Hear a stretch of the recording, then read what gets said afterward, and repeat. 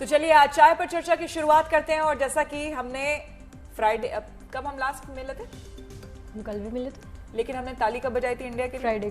Friday बजाई थी, इसलिए मुझे फ्राइडे याद आया। तो फ्राइडे को हमने इंडिया के लिए चेयर किया था क्योंकि उस दिन भी कमाल की खबरें आई थी, एक से बढ़कर एक मेडल्स लेके बेटियां घर वापसी की थी, बेटियां आई थी। लेकिन आज फिर से वो मौका आ गया है, तो एक बार इंडिया इंडिया हो जाए। बिल्कुल इंडिया।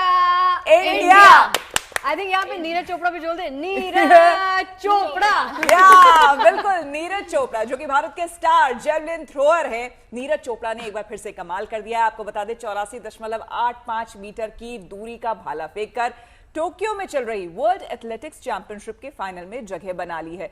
खुशी, ये बताइए जी, ये जिस किसी ने भी देखा होगा थ्रो करते हुए, उनके थ्रो को देख के ये तो जरूर लग रहा है कि बिल्कुल फॉर्म में है नीरज, और इस बार शायद कुछ और कमाल हो, गोल्ड हमारे हिस्से। बिल्कुल, मैं तब लाइव ही थी जब ये नीरज चोपड़ा ने थ्रो मारा और पहले ही थ्रो में क्वालिफाई कर लिया। अब कल का दिन बहुत बड़ा रहेगा क्योंकि वहां पर सामने अरशद नदीम है, वेबर है, एंडरसन, मतलब ये मेन कॉम्पिटिटर्स है नीरज के। मतलब कल भी इंडिया वर्सेस पाकिस्तान अगर हो गया जी मजा आने वाला। लेकिन हमेशा जब भी अरशद नदीम और नीरज आमने सामने होते हैं, हमेशा दोनों का एक फ्रेंडली काइंड ऑफ मैच होता है। और दोनों जैसे ठीक है कॉम्पिटिटर्स तो हैं, लेकिन वो जो दोनों की बॉन्डिंग नजर आती, क्या इस बार वैसा होने वाला है? मुश्किल लगता है क्योंकि शायद इस बार सेंटिमेंट्स थोड़े अलग हैं और आप जानते नहीं, लेकिन एक खिलाड़ी के सेंटिमेंट अलग नहीं होते, वो जब मैदान पर होता है बिल्कुल वैसी फीलिंग्स के साथ कॉम्पिटिशन रहेगा, लेकिन शायद वो जो बॉन्डिंग वाली बात है वो नहीं रहेगी। लेकिन नीरज चोपड़ा कल कैसा करते हैं, क्योंकि अब तक ये था कि 90 मीटर कब फेंकेंगे, अब वो फेंक चुके हैं, वो मार्क क्रॉस कर चुके हैं, लेकिन कल क्या उनका थ्रो जाएगा वो देखने वाली बात है। और ये भी देखा है, देखिए दोनों के साथ जो बात हो रही थी अरशद और नीरज की, जब हमने ओलंपिक्स में भी देखा था तो दोनों ही बहुत ना जमीन से जुड़े हुए हैं।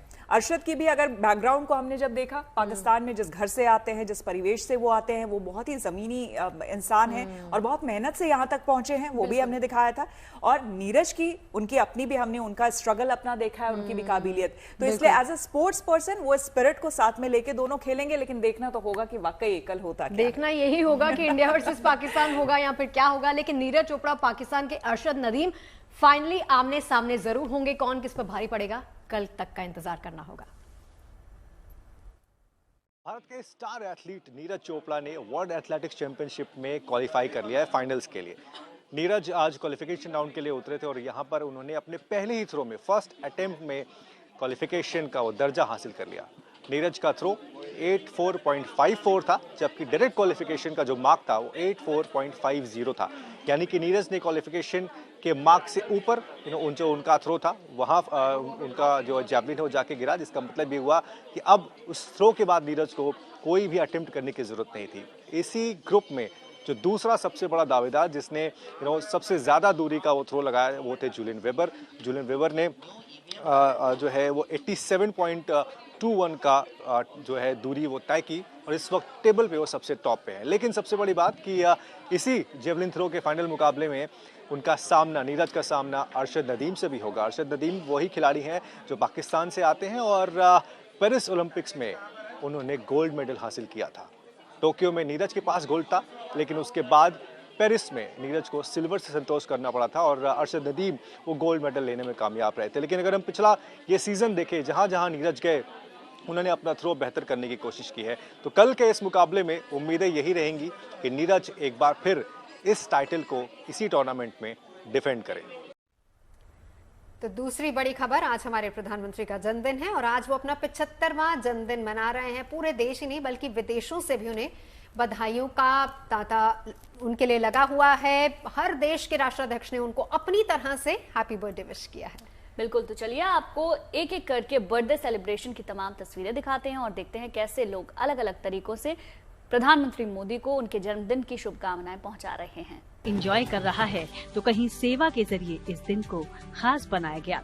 इस मौके पर राजस्थान के मुख्यमंत्री भजन लाल सड़कों पर उतर आए। वो कार्यकर्ताओं के साथ सड़क किनारे चाय की दुकान पर पहुंचे। उन्होंने अपने हाथों से चाय बनाई और फिर सभी को चाय भी पिलाई। दिल्ली के मंत्री मनजिंदर सिंह सिरसा ने अपने अंदाज में प्रधानमंत्री को बधाई दी। उन्होंने कलाकारों के साथ जमकर भांगड़ा किया।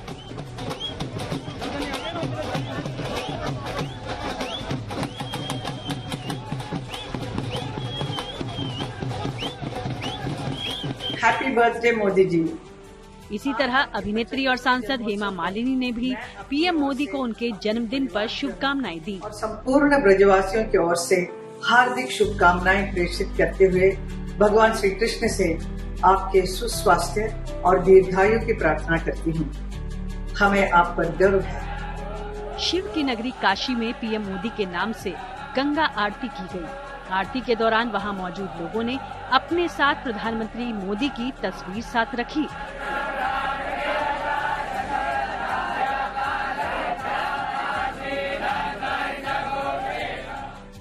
उड़ीसा में समंदर किनारे अद्भुत नजारा देखने को मिला। मशहूर सैंड आर्टिस्ट सुदर्शन पटनायक ने पुरी में प्रधानमंत्री मोदी के 75वें जन्मदिन पर 750 कमल के फूलों से रेत की कलाकृति बनाई।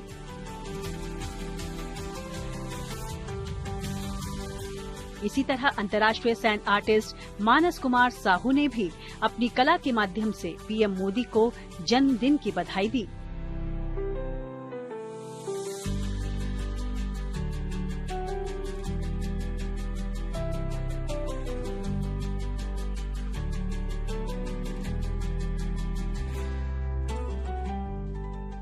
उत्तर प्रदेश के झांसी में महिलाओं ने मिलकर केक काटा। सबसे खास बात ये रही कि इन महिलाओं ने अपने हाथों से ये केक तैयार किया था। इस मौके पर कश्मीर से आई इन तस्वीरों ने भी सभी का ध्यान अपनी तरफ खींचा। यहाँ लोगों ने लाल चौक पर रंगारंग कार्यक्रम पेश किया।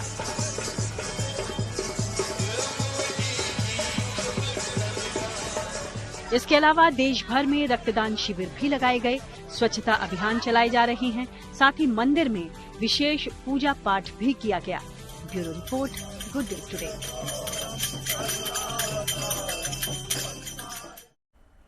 वहीं प्रधानमंत्री नरेंद्र मोदी की 75वीं सालगिरह पर आज बधाइयां देने वालों का तांता लगा है।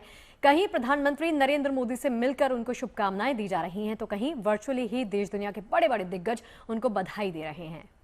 ऐसे में फिल्मी दुनिया से जुड़ी बड़ी हस्तियों ने अपने ही अंदाज में पीएम मोदी की शख्सियत को बयां किया है। इनमें से कई मेगा स्टार्स ने तो उनके साथ मुलाकात की तस्वीरें भी शेयर की है। तो चलिए आपको सुनाते हैं कि आज सेलेब्स उनके लिए क्या कुछ कह रहे हैं।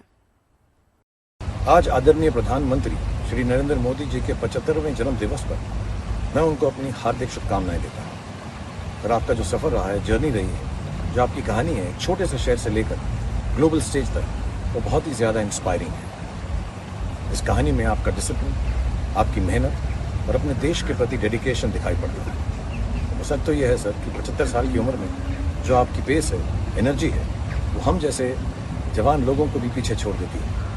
सो मैं दुआ करता हूँ कि आप हमेशा स्वस्थ रहें, तंदुरुस्त रहें, मजबूत रहें और खुशहाल रहें। प्रधानमंत्री श्री नरेंद्र मोदी जी, आपको आपके 75वें जन्मदिन पर मेरी और परिवार की तरफ से बहुत शुभकामनाएं। मेरी आपसे पहली मुलाकात तब हुई थी जब आप गुजरात के मुख्यमंत्री थे। उस दिन से लेकर आज तक आपकी जर्नी में एक खूबसूरत कंसिस्टेंसी है। आपका देश के लिए विजन, कार्य में डेडिकेशन और आपकी निडर लीडरशिप भारत विश्व में अपने लिए एक जगह बना रहा है और इसमें आपका बहुत बड़ा योगदान है। Once again happy birthday Modi ji. आप यूं ही स्वस्थ और खुश रहें और हमें हमेशा इंस्पायर करते रहें। हमारे प्रधानमंत्री श्री नरेंद्र मोदी जी की 75वीं सालगिरह के मौके पर उन्हें ढेर सारी शुभकामनाएं। Wishing you a very happy birthday sir. हमारे देश के विकास के लिए जो आपने योगदान दिए हैं वो हमेशा याद किए जाएंगे और इस खुशी के मौके पर हमारी ये प्रार्थना है ऊपर वाले से कि आपको वो लंबी आयु दे। हमारी ये भी प्रार्थना है कि ऊपर वाला आपको हमेशा शक्ति दे कि आप भारत को हमेशा आगे ले जाएं, उन्नति की ओर ले जाएं, प्रगति की ओर ले जाएं। एक बार फिर ढेर सारी शुभकामनाएं। Wishing you a very happy birthday honourable prime minister Narendra Modi ji. आपको जन्मदिन की ढेर सारी शुभकामनाएं। उनके मैं जो भाषण सुनती हूँ तो हमेशा वो लोगों को हंसाते भी है, कविता भी सुनाते हैं, मजाक भी करते हैं और दूसरे लोगों के खराब टिप्पणी पे भी वो हंसते ही रहते हैं। बहुत बड़ी बात है ये।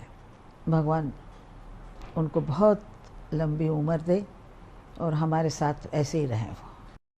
आदरणीय प्रधानमंत्री नरेंद्र मोदी जी, आज आपका 75वां जन्म दिवस है। इस शुभ मौके पर मैं आपको बधाई देना चाहता हूं, शुभकामनाएं देना चाहता हूं। आपकी उम्र बहुत लंबी हो, आप हमेशा सेहतमंद रहें, यही मेरी ऊपर वाले से प्रार्थना है। साल दर साल बड़ी तादाद में श्रद्धालु मां वैष्णो देवी के दर्शन के लिए पहुंच रहे हैं। आपको हम बता दें कि श्रद्धा अपार है भक्तों की। पिछले दिनों भारी बारिश और लैंडस्लाइड की वजह से रुकी यात्रा फिर से अब बहाल हो गई है। ये एक अच्छी खबर है। ऐसे में श्रद्धालुओं की आवाजाही भी फिर से शुरू होने लगी है। कहते भी हैं कि सच्चे मन से जो मां के को याद करता है उनकी मुराद पूरी हो जाती है, क्योंकि अब हालात यहाँ सामान्य हैं। इसलिए नवरात्रि शुरू होने से पहले ही वैष्णो देवी मां के दरबार में मत्था टेकने के लिए हर कोई अपनी अपनी मुरादें लेकर पहुंच रहा है। फिर से जय माता दी के जयकारों से गूंज उठा है। मेरा नाम ज्योति देवी। आप कहाँ के रहने वाले? कटरा के ही रहने वाले। अच्छा, यहाँ के मूल निवासी हैं? हाँ जी, हाँ जी। तो कितनी प्रसन्नता है मन में, अब यात्रा शुरू हो गई है? तो हम तो माँ के बिना ऐसे लग रहा था कि है ही नहीं है इधर। अब पता चल गया कि यात्रा चल रही है तो हम इतने एक्साइटमेंट है कि माँ से मिलने जा रहे हैं। तो एक बार जय घोष कर दीजिए माता रानी का सभी। जयकारा शेरावाली दरबार की जय। 3 हफ्तों बाद माता का दरबार भक्तों के लिए दोबारा खुल गया है। आज से माता वैष्णो यात्रा श्रद्धालुओं के लिए फिर से शुरू हो गई है।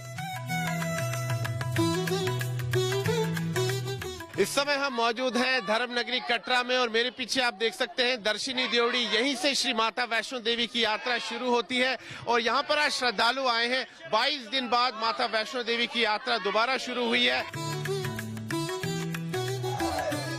मां का दरबार भक्तों के लिए जैसे ही खुला है, भक्त पूरे उत्साह के साथ माता के दरबार की ओर बढ़ने लगे हैं। जोश और जयकारे के साथ भक्तजन मां के दर्शन कर रहे हैं। बहुत संतुष्टि है, बहुत प्रसन्नता है। जैसे आज बहुत बड़ा दिन हमारे लिए ऐसा लग रहा है कि माँ के दरबार खुले, कि माँ के हम दर्शन करने जा रहे हैं। अच्छा लग रहा है, इतने दिन से फंसे हुए थे, हम सुकून मिल रहा है यहाँ पे आके। आप बताइए आपका नाम? हम भागलपुर से आए हैं, बिहार से। हाँ। मन में कितनी प्रसन्नता है, आज आप यात्रा कर पाएंगे? बहुत बहुत इतना खुशी हो रहा है, क्या बताएं।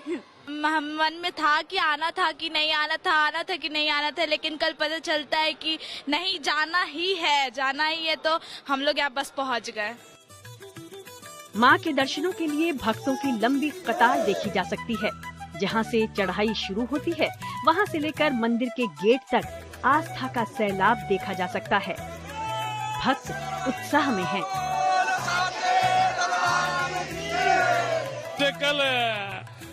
कल की मेरे ट्रेन की टिकट था, मैंने सोचा माता के दर्शन करके लौटूंगा और माता रानी ने मेरी मनोकामना पूर्ण कर दी है। बहुत खुशी है, बहुत थी। जब पता लगा ना लुधियाना में थे, 12 बजे की चालू हुआ तो हम लोग चल दिए। मैं अब काफी खुशी है। हाँ। माता रानी से क्या मांगेंगे? मांगेंगे कि सब खुशी खुशी आए, खुशी खुशी हम लोग को लौटा दीजिए। खुशी है सर, हम माने थे मानने के लिए बच्चे को, तो वही आए थे प्रसाद चढ़ाने के लिए। कम से कम 10 दिन से हम रोज प्रार्थना करें कि कब वैष्णो माता खुले। लोग का टिकट था 2 महीना पहले से। माता का बुलावा आ गया? हाँ जी, आ गया। आपको बता दें कि लैंडस्लाइड की घटना के बाद यात्रा 26 अगस्त को स्थगित कर दी गई थी। इससे पहले तीर्थ स्थल बोर्ड ने 14 सितंबर को यात्रा फिर से शुरू करने का फैसला किया था, लेकिन लगातार बारिश की वजह से इसे और ज्यादा दिन तक बढ़ा दिया गया था।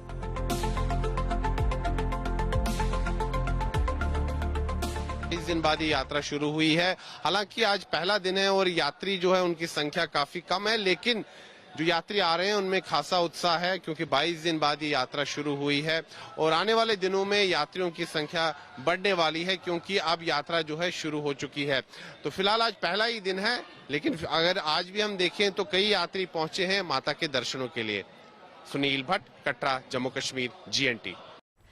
और अब क्योंकि वैष्णो देवी यात्रा फिर से शुरू हो गई है, तो मां के दर्शन के लिए श्रद्धालु कटरा पहुंच रहे हैं। ऐसे में खास तौर से उन स्थानीय दुकानदारों के चेहरे खिले हुए हैं जिनका बिजनेस ही मां के प्रसाद और उससे जुड़ी चीजों से रहा है।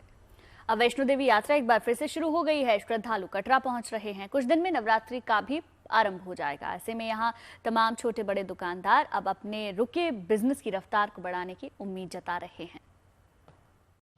इस समय हम मौजूद हैं धर्मनगरी कटरा में और 22 दिन बाद श्री माता वैष्णो देवी की यात्रा दोबारा शुरू हो चुकी है और इसीलिए हम देख सकते हैं कि यहाँ दुकानें भी अब खुल चुकी हैं। जो दुकानदार हैं उन्होंने भी 22 दिन अपनी दुकानें बंद रखी थी, लेकिन आज सुबह उन्होंने दुकानें खोली हैं, साफ सफाई की है और एक बार फिर यहाँ दुकानदार आए हैं।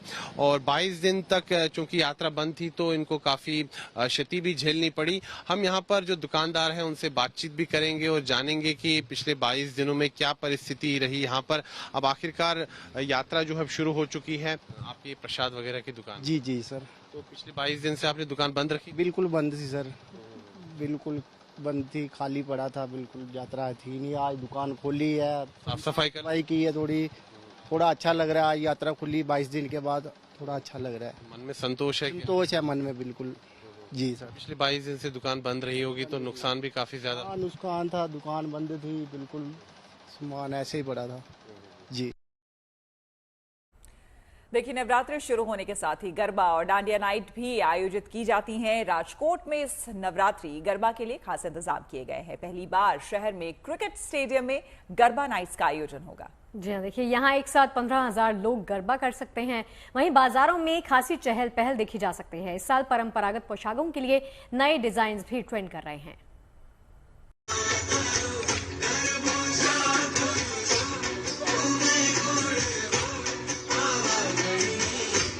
गुजरात का गरबा पूरी दुनिया में मशहूर है। नवरात्रि के दौरान मां अंबे की भक्ति का ये स्वरूप बेहद खास और मनमोहक होता है। हर साल की तरह इस बार भी नवरात्रि में राजकोट की रौनक देखने लायक होगी। यहाँ नवरात्रि के लिए खास तैयारियां की गई हैं। यहाँ पहली बार क्रिकेट स्टेडियम में नवरात्रि गरबा का आयोजन किया जा रहा है। इस साल नवरात्रि पर राजकोट का Madhavrao Scindia cricket ground garba night से गुलजार होगा। सुरभि ग्रुप यहाँ गरबा का आयोजन कर रहा है। इस ग्राउंड पर एक साथ 12 से 15,000 लोग गरबा खेल सकेंगे। इसके लिए खास व्यवस्था की गई है। यहाँ 1 लाख वॉट का साउंड सिस्टम लगाया गया है। आयोजकों का दावा है कि मशहूर गरबा गायक यहाँ अपनी लाइव परफॉर्मेंसेस से नवरात्रि के विशेष आयोजन में 4 चांद लगाएंगे। हमारे यहाँ 1 लाख साउंड सिस्टम वोल्ट की सिस्टम है और यहाँ पे 15,000 खेलैयाओं की क्षमता धराता है ये ग्राउंड। और हमारे यहाँ सर्वप्रथम सनातन को ध्यान में रखते हुए जो भी खेलैया गरबा खेलने आएगा उसको हम गेट पर से एंट्री करते ही उसको तिलक लगाएंगे। गरबा को लेकर यहाँ के युवक युवतियों में भी काफी उत्साह देखा जा रहा है। नवरात्रि के उत्सव के लिए खरीदारी जोरों पर है। इस साल बाजार में परंपरागत पोशाकों के नए नए डिजाइन उपलब्ध हैं। इस कारोबार से जुड़े लोगों की माने तो इस साल हैंड पेंटिंग वाले प्लेन घाघरा चोली की डिमांड काफी है। इसके अलावा हर साल की तरह अजरक सिल्क, बांधनी वर्क और कच्ची वर्क वाली चोली की भी अच्छी डिमांड है। वहीं पुरुषों के लिए विशेष हैंडवर्क वाली पगड़ी और छतरियां भी खासी डिमांड में हैं।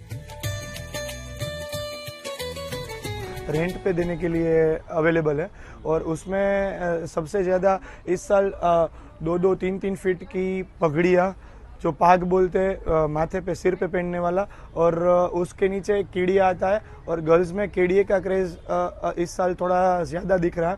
उसके नीचे चनिया आता है और उसके ऊपर टॉप कैंसल होके उसकी जगह केड़िया आ गया है। और जो टॉप में है तो उसमें स्पेगेटी स्टाइल वाला 3/4 स्लीव्स वाला सबसे ज्यादा चलता है। नवरात्रि के महा आयोजन की सुरक्षा को लेकर पुलिस प्रशासन ने भी तैयारियां पूरी कर ली हैं। इस साल राजकोट में कुल 32 आधुनिक, 73 प्राचीन और 500 से ज्यादा शहरी गरबा खेले जाएंगे। इस दौरान आयोजन स्थलों पर करीब 1000 पुलिस कर्मियों की तैनाती रहेगी। पुलिस, SRP और होमगार्ड के 1000 से ज्यादा अधिकारी और कर्मचारी गरबा के लिए तैनात रहेंगे। और इसमें आयोजकों को अपने खुद के स्वयंसेवक भी रखने होंगे आयोजन स्थलों पर ताकि कोई अव्यवस्था ना हो। इसके अलावा तमाम एंट्री एग्जिट पॉइंट्स और तमाम जो आयोजन स्थल है वहाँ पे CCTV कैमरा लगाने होंगे और उनकी जो फुटेज है उनको सहेज कर रखना होगा। इसके साथ में इमरजेंसी एग्जिट्स प्रॉपर संख्या में उपलब्ध हो हर एक आयोजन स्थल पर, यह सुनिश्चित करना होगा। जाहिर है तैयारियां पूरी हैं और इस साल नवरात्रि पर राजकोट का रंग देखने लायक होगा।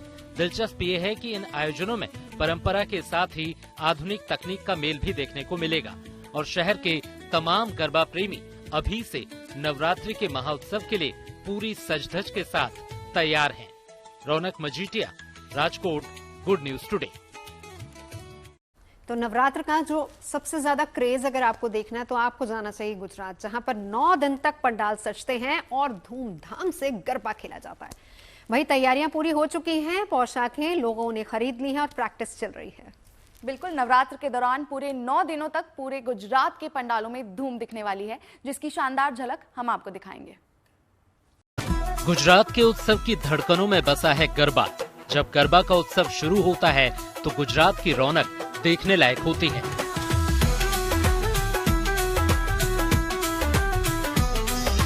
चमचमाती और रंग बिरंगी चनिया चोली और पारंपरिक केडिया कुर्ता पहने लोग जब संगीत की धुन पर मस्ती में झूमते हैं तो ऐसा लगता है कि हर कदम एक नई कहानी बयां कर रहा है।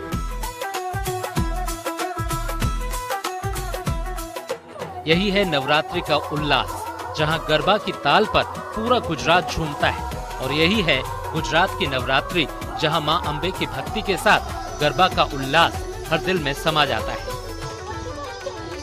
22 सितंबर से देश भर में नवरात्रि का पावन पर्व शुरू होगा। देश भर में माता की आराधना, पूजा अर्चना की जाएगी। लेकिन बात करते हैं गुजरात, और जो चनिया चोली है वो पहनकर जो युवक और युवतियां हैं वो गरबे की प्रैक्टिस कर रहे हैं। गरबा का ये रंग सिर्फ नृत्य नहीं बल्कि परंपरा और संस्कृति की झलक है।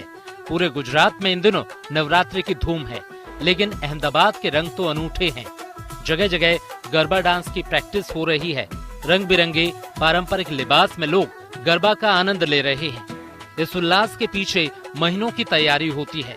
2 महीने पहले से ही ग्रुप प्रैक्टिस शुरू हो जाती है ताकि हर कदम एक जैसा लगे और हर चेहरा उत्सव का हिस्सा बन जाए। ट्रेडिशनल जो गरबा था, जैसे शेरी गरबा में हम लोग प्रैक्टिस करते थे और गरबा खेलते थे, माता जी की आराधना करते थे, सेम थिंग इस बार भी है। लेकिन मेन चीज कि पहले हम लोग शेरी में खेलते थे, छोटी छोटी गलियों में खेलते थे। इस बार अभी ये ट्रेंड है कि युवा जो है, युवा धन, वो लोग हमारे पार्टी प्लॉट्स में गरबा खेलते हैं और ऐसे परिवेश में जो हमारा ट्रेडिशन है उसमें वो गरबा की प्रैक्टिस करते हैं और खेलते हैं। हम लोग भी गरबा पार्टी प्लॉट में भी खेलने जाते हैं और साथ में ट्रेडिशनल में प्रैक्टिस यहाँ भी करते हैं ताकि हम लोगों को कोई दिक्कत ना आए। वक्त के साथ गरबा का रंग भी बदल रहा है। अब गरबा खेलने का कोई एक स्टाइल नहीं बल्कि अलग अलग ट्रेंड्स हैं, जिनसे गरबा का रंग और बढ़ता जाता है। पुराना गरबा है जो 1 ताली है, 2 ताली है, 3 ताली है, उस पे तो हम लोग प्रैक्टिस करते ही है। प्लस हम लोग इस बार मैंने जो कॉस्ट्यूम बनवाया है वो हमारा अहमदाबाद अभी वर्ल्ड फेमस हो चुका है। गरबा के रंग पारंपरिक रंग बिरंगी पोशाकों के बगैर अधूरे लगते हैं। महिलाओं के लिए घाघरा चनिया चोली तो पुरुषों के लिए खास गरबा परिधान होते हैं, जिसे केडिया कहा जाता है। केडिया में छोटा घेर घुमेर कुर्ता, धोती और रंग बिरंगी पगड़ी होती है, जिस पर कशीदाकारी का बेहद खूबसूरत काम किया जाता है। मैंने स्पेशली हेरिटेज के ऊपर गरबा के स्पेशल के लिए हम लोगों ने कॉस्ट्यूम डिजाइन करवाया है। उसमें आप पीछे देख सकते हो, मैंने स्लोगन भी लिखवाया है अहमदाबाद को लेके, और स्पेशल अहमदाबाद के जो दरवाजे हैं वो भी मैंने कॉस्ट्यूम्स में डिजाइन करवाया है। अच्छा, कितना खर्च कर देते हैं? 20 to 25,000 तक हो ही जाता है। नवरात्रि का शुभारंभ होने में बस 4-5 दिन बचे हैं, लेकिन गुजरात में उत्सव का माहौल बन चुका है, जहां मां की भक्ति और गरबा के उल्लास में हर चेहरा खुशी से दमक रहा है। नवरात्रि शुरू होने के लगभग 2-3 महीने पहले से ही प्रैक्टिस लोग करना शुरू कर देते हैं और अब तो नवरात्रि बहुत नजदीक आ चुकी है, तो ये कह सकते हैं लोगों की जो प्रैक्टिस होती है वो 1 से 2 घंटे होती है। नवरात्रि के दौरान लोग एक ही जैसी वेशभूषाओं में, यानी कि केडिया और जो चनिया चोली होती है वो पहनकर गरबा मंडप और जो भी जहां पे आयोजन होता है पार्टी प्लॉट या क्लब में पहुंचते हैं और रात को 12 बजे 2 बजे तक गरबा खेलते हैं। कैमरा पर्सन जयमीन व्यास के साथ Atul Tiwari, good News today, Ahmedabad. खेलों के जरिए बच्चों को पढ़ाने, उनके हुनर को चमकाने के लिए तमाम कोशिश की जाती रही है, लेकिन आज हम आपको मिलवाते हैं एक ऐसे टीचर के साथ जिसने ग्राउंड से बच्चों की तकदीर संवारने की एक कोशिश शुरू की है। बिल्कुल, नोएडा में बास्केटबॉल एकेडमी को चलाने वाले प्रद्युत वोलेटी आज उन गरीब और जरूरतमंद बच्चों के गुरु बने हुए हैं जिनकी जिंदगी में लाचारियों की अलग अलग कहानियां हैं और प्रद्युत ऐसे ही बच्चों के टूटे सपनों को जोड़कर उन्हें उड़ान दे रहे हैं।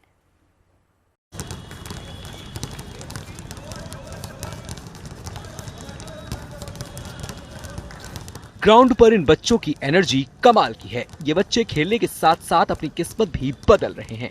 ये बच्चे उन घरों से यहाँ पहुंचे हैं जहाँ गरीबी के साथ साथ दुश्वारियों की न जाने कितनी कहानियां हैं। हाथों के नीचे बॉल पटकते ये बच्चे दरअसल अपनी किस्मत को पटखनी देने की कोशिश कर रहे हैं। इनमें से किसी के पिता मजदूर हैं, कोई ड्राइवर है तो कोई सड़क पर खड़ा होकर जलेबी बेचता है। लेकिन ये बच्चे यहाँ पर अपनी किस्मत बदलने आए हैं और इनका साथ दे रहे हैं नोएडा का एक नौजवान जिसका नाम है प्रद्युत वोलेटी। ये कहानी उसी प्रद्युत और ऐसे सैकड़ों बच्चों की है। इस बास्केटबॉल एकेडमी को नोएडा के प्रद्युत वोलेटी चलाते हैं। वो खुद नेशनल प्लेयर रहे हैं। प्रद्युत ने कोच बनने की ट्रेनिंग अमेरिका से ली है, लेकिन आज वो इन बच्चों को फ्री में न सिर्फ कोचिंग देते हैं बल्कि खेलने के लिए जो कुछ भी जरूरी होता है वो सब कुछ मुहैया कराते हैं। हम लोगों ने नॉट फॉर प्रॉफिट ऑर्गेनाइजेशन 2016 में शुरू करी थी, जहां पर हमारा उद्देश्य था कि गरीब बच्चों को गाँव में और अलग अलग एरियाज के अंदर बास्केटबॉल की ट्रेनिंग मिले, फ्री बास्केटबॉल ट्रेनिंग मिले और हम इन बच्चों की एनर्जी को ढंग से यूटिलाइज कर पाएं। बच्चों की जिंदगी को संवारने का ये मिशन आसान नहीं था। कुछ सालों तक प्रद्युत ने इन बच्चों की ट्रेनिंग का खर्च खुद उठाया। नौकरी से जो पगार मिलती थी प्रद्युत उसी से एकेडमी चलाते थे। यही नहीं, बच्चों के परिवार वालों को मनाना भी एक अलग तरह का टास्क था। पेरेंट्स यहाँ पर जो हैं, इनके parents majorly domestic health, electrician, plumber, Gardner's, ये सब हैं। 9 to 9 की ड्यूटी में रहते हैं। इनके बच्चे अनसुपरवाइज रहते हैं पूरा जब वो स्कूल से वापस आते हैं। कई बच्चे स्कूल नहीं भी जाते हैं, तो हमारे लिए ज़्यादा मुश्किल नहीं था। और बच्चों को स्पोर्ट्स खेलने का जो एक इंटरेस्ट है, उसकी वजह से हम लोग को ज़्यादा कठिनाई नहीं आई है कि बच्चे को खींचना हमारे प्रोग्राम में। प्रद्युत का मिशन इन बच्चों को केवल खिलाड़ी बनाना भर नहीं है, बल्कि उनकी कोशिश है ये बास्केटबॉल कोर्ट उनकी जिंदगी का टर्निंग पॉइंट बने और उन्हें गरीबी से उबार सके। जो हमारे प्रोग्राम में जिन्होंने पहली बार बॉल पकड़ी, आज वो नेशनल लेवल पे मेडल्स ला रहे हैं। एक बच्चा हमारा कर्नाटका के लिए इस साल ब्रॉन्ज मेडल लाया है। अब वो सरकारी नौकरी के लिए एलिजिबल है। उसके फादर इलेक्ट्रिशियन हैं। ऐसे कई स्टोरीज हैं। एक लड़की हमारी दिल्ली यूनिवर्सिटी में बास्केटबॉल की कैप्टन बनी है कॉलेज में। इकोनॉमिक ऑनर्स उसने परस्यू किया और अब वो यूपीएससी की तैयारी कर रही है और हमारे प्रोग्राम से अभी भी जुड़ी हुई है। तो ऐसी कई कहानियां हैं बच्चों की जो almost no means of achieving anything से आज वो बच्चे अब बहुत हाई अचीव करने की आशा रखते हैं और बास्केटबॉल को एज अ स्पोर्ट खेलते हैं। यहाँ आपको हर उम्र के बच्चे मिल जाएंगे। बच्चे बताते हैं कि यहाँ आकर कैसे वो अपने जीवन को नई दिशा दे रहे हैं। नोएडा से भी अच्छे होते हैं कोच, वो भी आते हैं हमारे को सिखाने। Thank you. ठीक है, अच्छा ये बताओ कि कोई बात नहीं, सिलेक्शन नहीं हुआ, अभी तो तुम बहुत छोटे हो। कितनी उम्र है तुम्हारी? मेरी 13 ईयर्स ओल्ड। 13 ईयर्स। क्या बनना है आपको? मेरे को बास्केटबॉल प्लेयर। यहाँ के मेरे को सुकून सा मिल जाता है, मतलब घर पे बोर हो जाता हूँ तो यहाँ पे आके मेरे को बहुत अच्छा लगता है। कौन कौन है घर पे? घर पे मेरी मम्मी, पापा, भाई और मैं। यहाँ आकर आपने सबसे बड़ी चीज क्या सीखी? डिसिप्लिन। हाँ, सबसे पहले तो मैंने डिसिप्लिन सीखा और पहले मेरा पढ़ाई में ज़्यादा फोकस नहीं लगता था, अब सबसे ज़्यादा मेरा फोकस लगने लगा है पढ़ाई में। किस क्लास में? मैं 7th। क्या करते हैं पापा? पापा ड्राइवर हैं। ये एकेडमी इन बच्चों की अपनी दुनिया है। यहाँ ये सपने देखते हैं और उन्हें पूरा करने के लिए जी जान से जुटे हुए नजर आते हैं। तुम कहाँ से आते हो? तुम्हारा नाम क्या है? तुम्हारे पिता कितना कमाते हैं? तुम्हारी हैसियत क्या है? तुम्हारी किस्मत में लिखा क्या है? भाग्य ने तुम्हारे लिए रचा क्या है? ये बच्चे इन सारे सवालों को पीछे छोड़कर अपने लिए यहाँ पर एक नया बैटलफील्ड तैयार करते हैं, मेहनत करते हैं। और प्रद्युत इन बच्चों को ना सिर्फ एक गेम जीतना सिखा रहे हैं, बल्कि जिंदगी की जंग कैसे जीतनी है ये भी सिखा रहे हैं, ताकि ये बच्चे ना सिर्फ अपना बल्कि अपने परिवार का भविष्य बदल सकें। कैमरामैन शैलेंद्र के साथ Manish Chaurasia, Good News Today, Delhi. भाई India Today group is achieving new milestones, इसके लिए एक बार क्लैप करना है ना? बिल्कुल, बहुत बड़ी अचीवमेंट है ये। बिल्कुल, आपको बता दें इंडिया टुडे ग्रुप के अचीवमेंट की फेहरिस्त में कुछ और उपलब्धियां शामिल हुई हैं। दरअसल इस साल के इंटरनेशनल आइकॉनिक अवार्ड में इंडिया टुडे ग्रुप छाया रहा। आज तक को international iconic best news channel का अवार्ड मिला है। जी हाँ, देखिए ये तो गर्व वाली बात है ही, और इसके अलावा Shweta Singh best Hindi news anchor के अवार्ड से नवाजी गई, तो प्रीति चौधरी को बेस्ट अंग्रेजी न्यूज एंकर का अवार्ड मिला। तो जाहिर सी बात है कि प्रतिष्ठित सम्मान खबरों की दुनिया में आज तक और इंडिया टुडे की श्रेष्ठता को एक बार फिर से साबित करता है।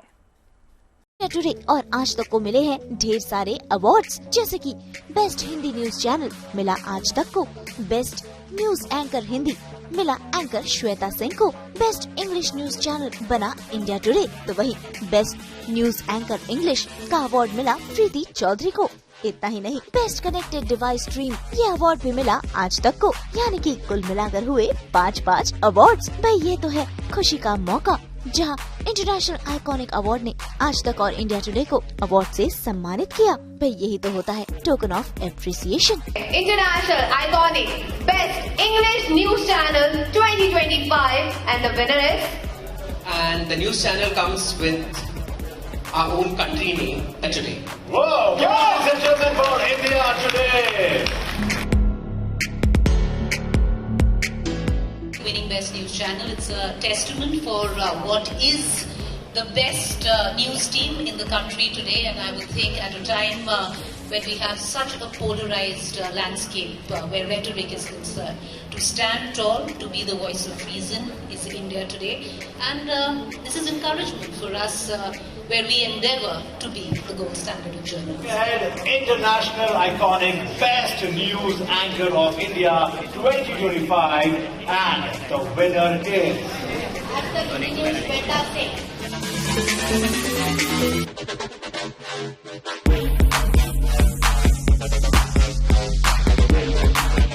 वैसे तो क्या बात है, ये आवाज सुनने के लिए बेताब था। मुझे बचपन में बहुत ऐसा लगता था कि मेरी आवाज मर्दों जैसी लगती है, तो मैं बोलती कम, अभी भी कम बोलती हूँ, पर काम ऐसा है ना कि बोले बिना चलेगा नहीं। श्वेता जी, मैं कहना चाहता हूँ जब आप बोलती है तो बड़े बड़ों की बोलती बंद हो जाती है। Thank you. वैसे तो रोज अगर हमारे किए हुए काम से कोई फर्क पड़ जाए तो हमारे लिए वो एक अवार्ड से कम नहीं होता है, लेकिन thank you so much, thank you so much, thank you international iconic awards, इस सम्मान के लिए आप सबका बहुत बहुत धन्यवाद। Hindi news channel of India 2025 and the winner is आज तक।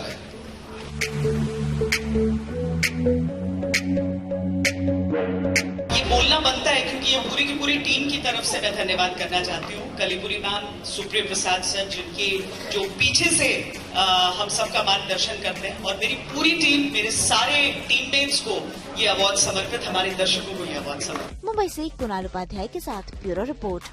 पिछले कुछ अरसे से दुनिया का रुझान आर्टिफिशियल इंटेलिजेंस की ओर तेजी से बढ़ रहा है। अभी तक तो एआई का इस्तेमाल टेक कंपनियों और रिसर्च लैब तक ही सीमित था या फिर किया जाता था, लेकिन लगता है कि अब एआई की एंट्री राजनीति में भी हो गई है।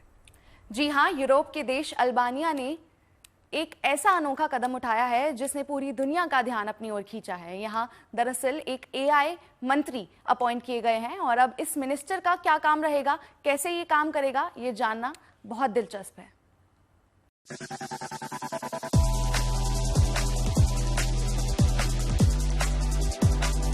आर्टिफिशियल इंटेलिजेंस के दौर में दुनिया भर में नए नए शाहकार गढ़े जा रहे हैं। बेशक ये आधुनिक तकनीक कमोबेश हर क्षेत्र में इंसानी जीवन को आसान भी बना रही है। ऐसे में एक छोटे से यूरोपीय देश अल्बानिया ने तो आर्टिफिशियल इंटेलिजेंस को ही मंत्री बना दिया है।